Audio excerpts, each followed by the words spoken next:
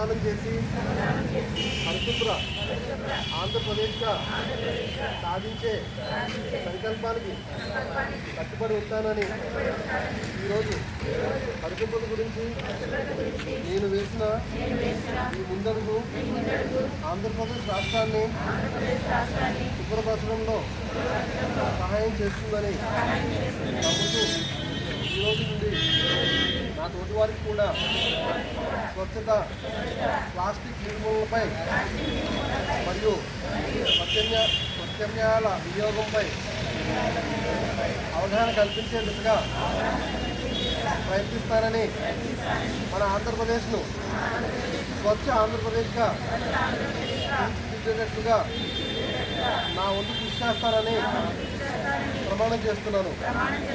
Swarnandhra, Swachhandhra.